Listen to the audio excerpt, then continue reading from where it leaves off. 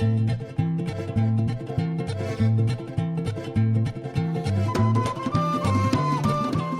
Dine from Keswick Village. This is the Rorschach Arctic Update from the 30th of September 2025. A quick summary of what's going down north of the Arctic Circle. The Russian Arctic narrowly avoided disaster this week. The news agency, the Barents Observer, reported on Thursday the 25th that in mid-September, a non-ice class Russian oil tanker carrying 1 million barrels of oil to China struck sea ice and got stuck on the northern Russian coast. The vessel had to wait days for assistance, but Russian authorities eventually freed it. The ship had no ice shielding and did not request an icebreaker escort, so it ran the risk of disaster should it run into sea ice. This isn't the only such near miss recently. Just a few days earlier, a natural gas carrier without ice strengthening was stuck for a week in the Russian sea ice. Russia is accelerating its Arctic shipping industry, but without taking the safety and health of the environment into consideration. The Russian oil and gas tankers are braving the sea ice to get to Asia. There's still plenty of business in the EU. The news outlet High North News reported on Friday the 26th that the official EU statistics show that during the first half of 2025, EU countries spent almost $10 billion on importing Russian gas, a 5% increase compared to last year. Just last week, we covered the EU's commitment to ending the importing of Russian energy. But these figures show that EU nations have a long way to go before they take actions that align with their words. Finding oil and gas in Alaska is prompting a struggle, but between the state and federal government. On Wednesday, the 24th, Sharon Gleason, Alaska's U.S. District Court judge, ruled against the state of Alaska in its 7-year dispute against the federal government over the size of the Alaska National Wild Refuge.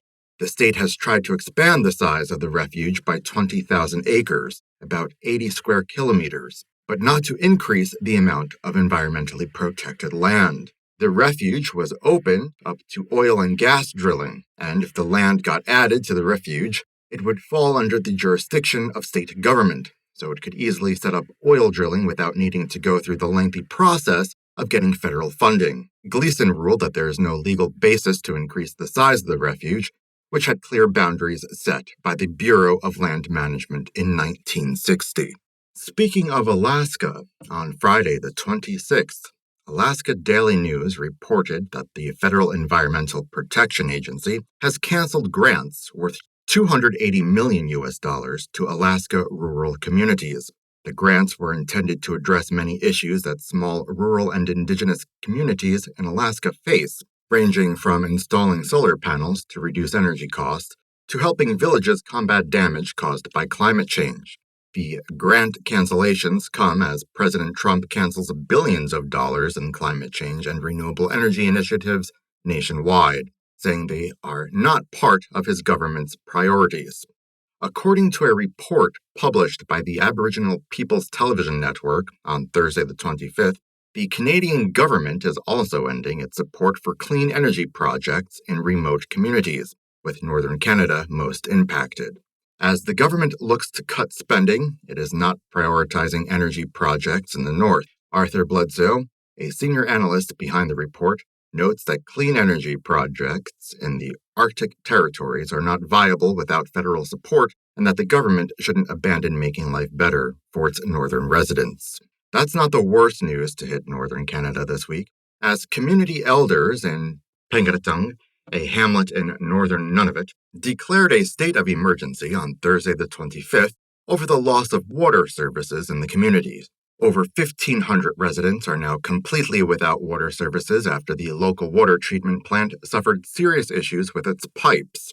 Penguetung has asked for assistance from the territorial and federal governments to have emergency water supplies delivered to residents and assist in the restoration of water services as soon as possible.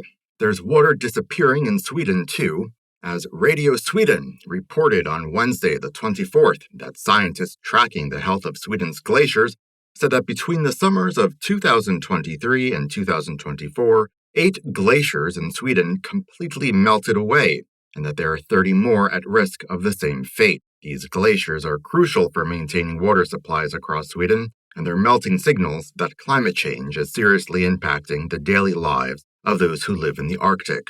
Norway's glaciers aren't doing any better. The Barents Observer reported on Thursday the 25th that Norwegian researchers monitoring the 2024 ice melt season on the Svalbard archipelago have reported the worst melting season they've ever seen. In the summer of 2024, Svalbard lost 1% of all its ice, over 60 gigatons of ice.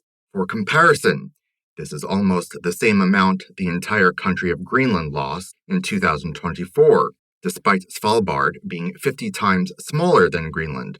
The researchers also looked at ice loss from across the whole Arctic in 2024 and concluded that last year, Arctic melting raised global sea levels by 1/4 millimeter.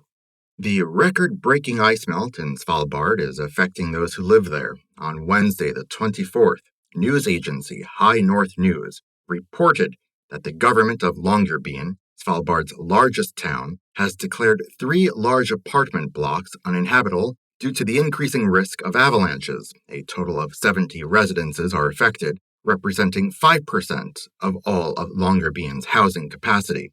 Svalbard is the fastest warming place on Earth and is warning us how climate change can cause daily lives to get harder on very short notice. Climate change isn't the only big change coming to the north, since the peaceful Arctic is seeing increasing military activity. On Friday, the 26th, Peter Orpo, the Finnish Prime Minister, announced that his government is developing a drone wall, a dense line of remote drones to run along Finland's border with Russia. Finland is working with Poland and the Baltic states, which also have a border with Russia, to create a surveillance network that stretches from the high Arctic to southern Europe. Throughout the Nordic region, a new research project is aiming to protect both nature and Sami culture. On Wednesday, the 24th of September, High North News reported that the Finnish Environmental Institute study called Alamot, Adapting Law for Moving Targets, will examine how national parks in Norway, Sweden, and Finland are handling the protection of both nature and Sami culture. Historically, Sami communities have suffered when their homelands were declared protected areas closed to human activity. The project will compare how each country's law manage environmental protection and indigenous rights, and develop legal reforms to ensure traditional cultures thrive alongside the environment. Everything in the Arctic needs to adapt to rapid changes, even polar bears. On Wednesday, the 24th, Vadim Markov, a Russian travel blogger, published an incredible video he took on the remote Kolyachun Island in northern Russia of an abandoned Soviet base, which has been inhabited by about 20 polar bears. While the video is cute, it also shows how the disappearing sea ice is causing the natural habitat of the polar bear to decrease, which forces the bears to look for new homes on land. To see the footage, follow the link in the show notes. Let's close this episode with the biggest annual event of the Arctic, Fat Bear Week. The event organizers announced that voting for the competition to crown the fattest bear in Alaska's Katmai National Park opened on Tuesday the 23rd and will run until Tuesday the 30th. People will vote while the brown bears of Katmai get ready for a long winter hibernation, spending a few weeks catching sockeye salmon to fatten up. Last year's winner, Grazer, is an early favorite to win again, as the 2024 runner-up, Chunk, broke her jaw earlier this year. In 2024, 1.2 million people from around the world cast their votes. Want to participate in the poll? Check out the link in the show notes. And that's it for this week. Thank you for joining us. If you're listening to us on Spotify, you can leave comments on the episode. They are private by default, and we won't publish them. Leave your email if you want us to get back to you. Adios.